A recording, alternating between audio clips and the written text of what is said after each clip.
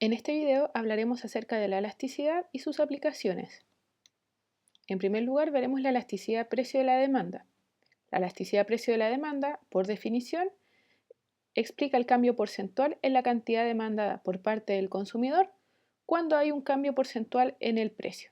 Por lo tanto, matemáticamente se calcula cambio porcentual en la cantidad demandada dividido sobre el cambio porcentual en el precio y lo vamos a calcular en valor absoluto, por lo que los valores que vamos a obtener de la elasticidad es valores entre 0 e infinito, siempre valores positivos.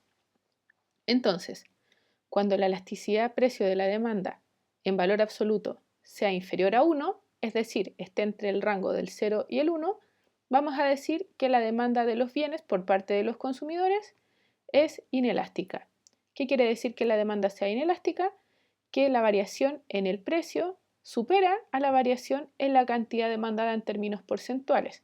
Por ejemplo, ante la variación del precio del pan de un 10%, las personas dejan de consumir pan solamente en un 5%. Por lo tanto, la variación en la cantidad demandada en términos absolutos es inferior a la variación en el precio. Por otro lado, tenemos a los bienes que tienen una demanda elástica, que son aquellos bienes que el consumidor cambia mucho su consumo o la demanda de este producto ante un pequeño cambio en el precio. Es decir, el cambio en el consumo será más grande que el cambio en el precio. Ejemplos de este tipo de bienes, por ejemplo, los que son inelásticos son aquellos que son muy necesarios para nosotros o que tienen pocos sustitutos, tales como los medicamentos, el petróleo, la leche, etc. En cambio, bienes que tienen demandas elásticas son bienes que tienen muchos sustitutos y son poco necesarios para nosotros. Por ejemplo, los snacks o las golosinas, que hay tanta variedad de ellos que ante un pequeño cambio en el precio de uno, la gente va a empezar a consumir los otros y dejará de consumir el producto principal. Por lo tanto, vamos a ver un ejemplo de esto. Vamos a suponer que el consumo de latas de bebida cae, esto va a ser una reducción, en un 10% ante un aumento, esto va a ser signo positivo, del 8% en el precio de las latas de bebida. Y nos piden calcular la elasticidad precio de la demanda. De acuerdo a la ley de demanda, siempre que el precio suba, la demanda va a caer y viceversa. Siempre que el precio cae de un producto, la demanda va a subir. Eso es lo que nos dice la ley de demanda y por eso la función de demanda tiene pendiente negativa. El resultado de esto siempre debiese ser negativo. Pero nosotros nos vamos a olvidar un poco de los signos para no enredarnos con los resultados y vamos a dejar todo en valor absoluto. Pero ojo, siempre lo que está dentro nos va a dar negativo porque por ley de demanda la cantidad demandada y el precio se mueven en sentido opuesto. Si sube el precio, cae la demanda y si cae el precio, sube la demanda de los productos. Y entonces lo vamos a dejar siempre en valor absoluto. ¿Qué quiere decir esto? Que en el resultado final vamos a eliminar los signos. Entonces, en este ejemplo, nosotros tenemos que la elasticidad de precio equivale a la variación en la demanda o el consumo. El consumo cayó en un 10%, mientras que el precio subió en un 8%. Lo que yo les decía, siempre estos signos van a ser contrarios de acuerdo a la ley de demanda. Entonces nos vamos a olvidar de esos signos, los vamos a eliminar y vamos a calcular 10 dividido entre 8 que nos da 1,25. Ese resultado es superior a 1 y por lo tanto se trata de un producto con una demanda elástica. Entonces tenemos que la demanda de bebidas o las bebidas tienen una demanda elástica porque el resultado es superior a 1. ¿Qué significa esto? Que la cantidad demandada cambió mucho más que el cambio en el precio o el cambio en el precio es inferior al cambio en la demanda. El consumidor responde fuertemente en relación a su demanda cuando hay un pequeño cambio en el precio. Vamos a ver ahora qué relación existe entre la elasticidad de precio de la demanda y los ingresos que tienen las empresas. Es decir, ¿qué deberían hacer las empresas para obtener mayores ingresos si conocen el comportamiento del consumidor? Es decir, si saben qué tan sensibles son los consumidores ante cambios en el precio. Vamos a decir que ellos son insensibles ante cambios en el precio cuando la demanda sea inelástica, porque si hay un cambio en el precio, la demanda va a cambiar muy poquito o casi nada. Y vamos a decir que ellos son muy sensibles ante el cambio en el precio cuando la demanda cambie mucho más en comparación al precio, hablando en términos porcentuales. Entonces, vamos a decir que si los bienes tienen demandas inelásticas, es decir, la demanda cambia muy poco en comparación al precio, las empresas van a obtener los siguientes resultados aumentando los precios. Al aumentar los precios, sabemos que la gente va a dejar de consumir el producto, pero cuando la demanda es inelástica, la caída en la demanda del producto va a ser muy baja. Por lo tanto, en comparación al precio, la demanda va a cambiar muy poco. Por lo tanto, la subida en el precio va a ser superior a la caída en la demanda y eso va a generar que la empresa tenga mayores ingresos. Por otro lado, si las empresas bajan los precios del producto, los ingresos también deberían verse reducidos porque ante una caída en el precio, el consumidor es insensible ante esta caída del precio. Es decir, si bien va a subir el consumo del producto por lo que nos dice la ley de la demanda, va a subir casi nada, muy poquito. Por ejemplo, veámoslo en el caso de los medicamentos. Si nosotros estamos pensando en un medicamento imprescindible para la salud como la insulina. Si sube el precio de la insulina, la gente que necesita insulina no va a dejar de demandar insulina, al menos no en grandes proporciones en comparación al precio. Podríamos decir en este caso que si el precio de la insulina subiera, las empresas tendrían mayores ingresos porque la gente no cambiaría mucho su comportamiento de consumo, son insensibles ante el precio. Y viceversa, si las empresas deciden bajar el precio de la insulina, no por eso la gente se va a empezar a inyectar más insulina. La demanda no va a subir mucho más que lo que era anteriormente. Por lo tanto, va a generar una reducción en los ingresos porque el consumo casi no va a cambiar y la variación en el precio es más grande que la variación en la demanda. Por otro lado, cuando los bienes tienen demandas elásticas, las empresas al subir los precios van a generar menores ingresos que antes. ¿Por qué? Porque las personas, cuando ven un cambio pequeño en el precio, actúan de inmediato en relación al consumo en mayores proporciones que el precio. Si vemos que, por ejemplo, el precio de una golosina sube un poquito, nosotros vamos a dejar de consumir esa golosina y lo vamos a sustituir por otro. Son bienes que tienen muchos sustitutos. Y por lo tanto, subir el precio no sería una buena política para esta empresa porque se generaría una reducción de los ingresos. Al haber mucha competencia, no me conviene subir los precios. Son bienes que tienen muchos sustitutos, recuerden. En cambio, si los precios de estos productos caen, las empresas efectivamente van a tener mayores ingresos porque al haber tanta competencia, entonces, o al haber muchos sustitutos, al bajar un poquito el precio, al lanzar una promoción de un descuento a lo mejor del 20% del producto, eso va a generar un comportamiento o un cambio en el comportamiento fuerte en el caso del consumidor, porque ante un pequeño cambio en el precio, ellos van a comportarse cambiando mucho la demanda del producto. Entonces, eso va a generar mayor ingreso por el lado de la cantidad. Podríamos decir que cuando las demandas son inelásticas, la cantidad casi no cambia y por lo tanto los cambios en el ingreso de las empresas se van a generar a raíz de los cambios en el precio, que son los que van a cambiar en mayor proporción que la cantidad. Recuerden que los ingresos de las empresas se calculan como precio por cantidad. Por lo tanto, las empresas pueden tener mayores ingresos por el lado del precio o por el lado de la cantidad. En el caso de las demandas inelásticas, recordemos que el precio se va a ver mucho más afectado que la cantidad y por lo tanto tenemos que tratar de generar ingresos a través de los precios, que son los que se están moviendo fuertemente. En cambio, en el caso de las demandas elásticas, ante un pequeño cambio en el precio, la cantidad demandada va a cambiar mucho. Entonces tenemos que tratar de generar ingresos a través de la cantidad. Y para generar ingresos a través de la cantidad vamos a tener que hacer una pequeña reducción en el precio porque sabemos que el consumidor, al tener una demanda elástica ante este producto, va a cambiar mucho su comportamiento de consumo. Entonces vamos a ver los siguientes comentarios. Dice, si la demanda de computadores es elástica, entonces los ingresos de las empresas serían mayores al subir los precios.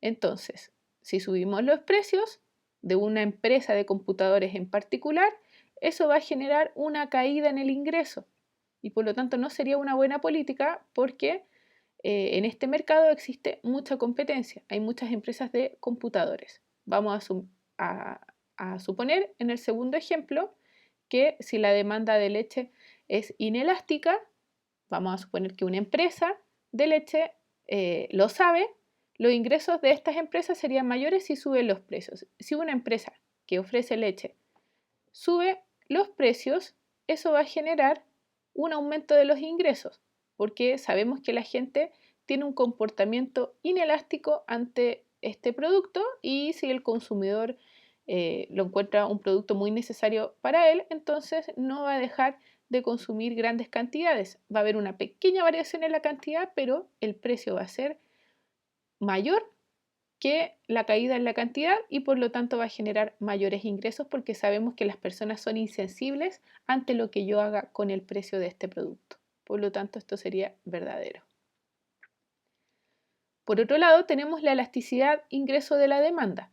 A diferencia de la elasticidad precio de la demanda, la elasticidad ingreso de la demanda nos habla del comportamiento del consumidor ante cambios en su ingreso, en su renta. Por lo tanto, lo vamos a calcular de la siguiente manera. Si se fijan, ya no tenemos el valor absoluto en este cálculo porque ahora sí nos va a importar el signo.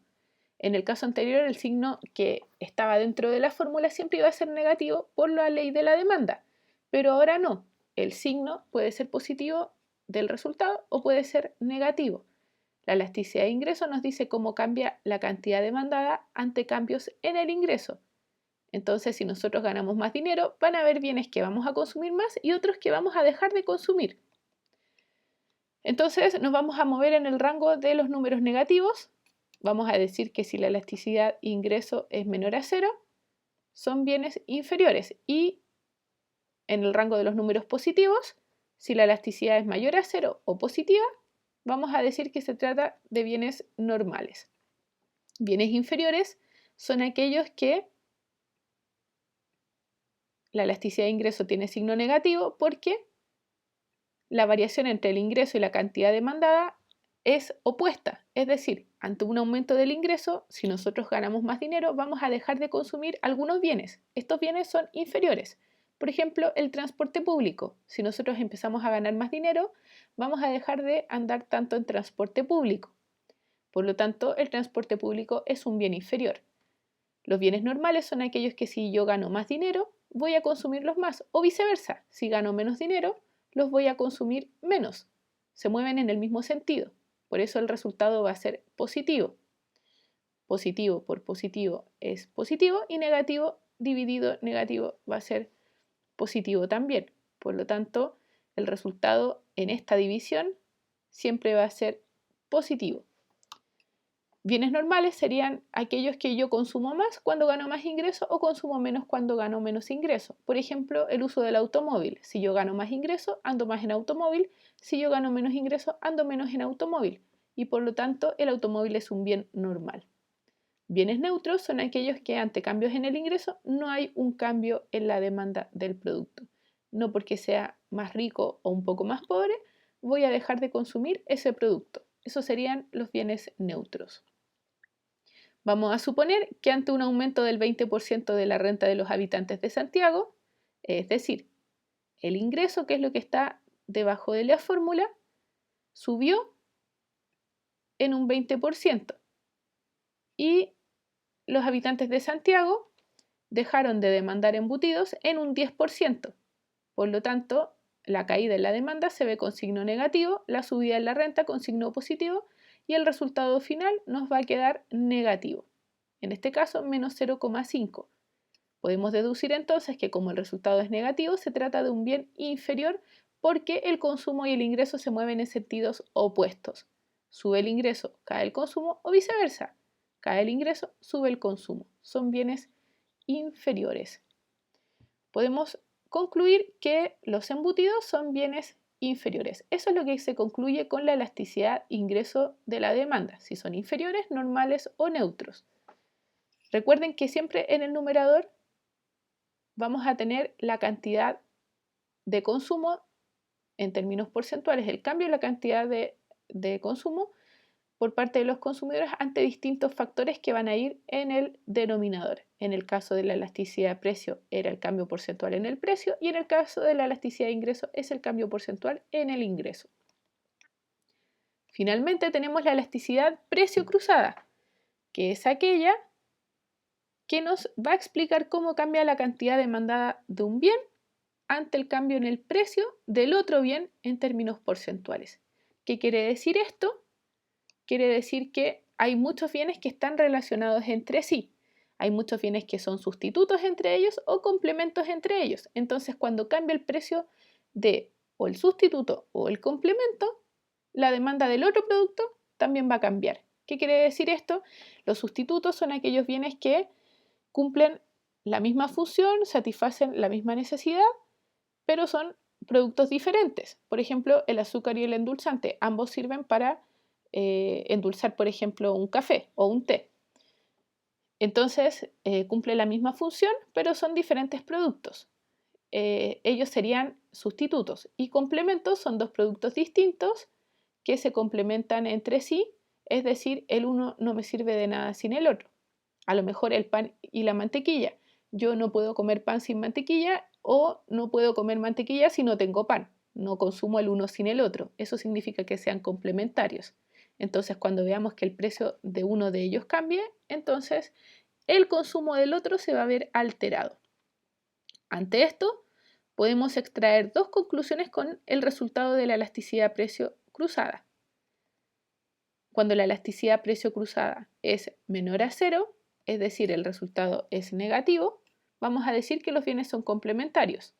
Y cuando el resultado de la elasticidad precio cruzada sea positivo, vamos a decir que los bienes son sustitutos. ¿Qué quiere decir esto? La elasticidad precio cruzada nos va a decir cuando cambia porcentualmente la demanda de un bien Y ante un cambio porcentual en el precio del bien X. Es decir, este es un bien, este es el otro bien, pero la elasticidad precio cruzada nos dice cómo cambia la demanda de un bien cuando cambia el precio del otro bien. Si son complementarios, por ejemplo el pan y la mantequilla, nosotros vamos a tener que si sube el precio de la mantequilla, la demanda de pan va a caer. ¿Por qué? Porque si sube el precio de la mantequilla y yo no puedo dejar de consumir mantequilla sin pan, es decir, si sube el precio de la mantequilla, yo además de dejar de comprar mantequilla, voy a tener que dejar de comprar pan porque no puedo consumir el uno sin el otro. Entonces, si sube el precio de uno, ambas demandas se ven afectadas, tanto la demanda de mantequilla como la demanda de pan también. No los puedo consumir por separado. Y si los bienes son sustitutos, entonces el resultado final va a ser positivo, lo que quiere decir que si sube el precio de un bien, la demanda del otro bien va a subir. ¿Qué quiere decir esto? Vamos a suponer el ejemplo de los buses con los trenes. Supongamos que son bienes sustitutos, hacen los mismos recorridos y si sube el precio del bus, entonces la gente va a empezar a utilizar más el tren. Sube el precio de un bien, sube la demanda del otro bien y por lo tanto el resultado va a ser positivo y vamos a decir como conclusión que se trata de bienes que son sustitutos. Recuerden que los signos también pueden ser al revés. En el caso de los bienes complementarios, puede ser que baje el precio del bien X y suba la demanda del bien Y. Lo importante es que se mueven en sentido contrario para que la división me dé un signo negativo. Y en el caso de los bienes sustitutos puede ser que baja el precio del bien X y baja la demanda del bien Y. Lo importante es que los signos son iguales, cosa que cuando yo los divida el resultado sea positivo. En el caso de los bienes sustitutos, si baja el precio de los buses, la demanda de tren baja. La gente deja de andar en tren porque va a empezar a andar más en buses. Pero lo importante es que veamos la relación que existe entre X e Y, que es lo que nos importa a nosotros. Vamos a suponer el siguiente ejemplo. Vamos a colocarle X al gas natural y Y a las estufas. Vamos a decir que cuando el precio del gas natural aumentó, es decir, signo positivo, en un 15%, la cantidad demandada de estufas a gas disminuyó en un 10%. Entonces, las estufas a gas, en relación a su demanda, cae en un 10%. Fíjense bien, ¿qué relación existe entre el gas natural y las estufas? Bueno, las estufas a gas no se pueden utilizar sin gas, son complementarios. De antemano sabemos que vamos a tener como resultado un signo negativo porque se mueven en sentidos opuestos. Sube el precio del gas natural, cae la demanda de estufas. Por lo tanto, el resultado va a tener signo negativo, lo que quiere decir que las estufas y el gas natural son complementarios.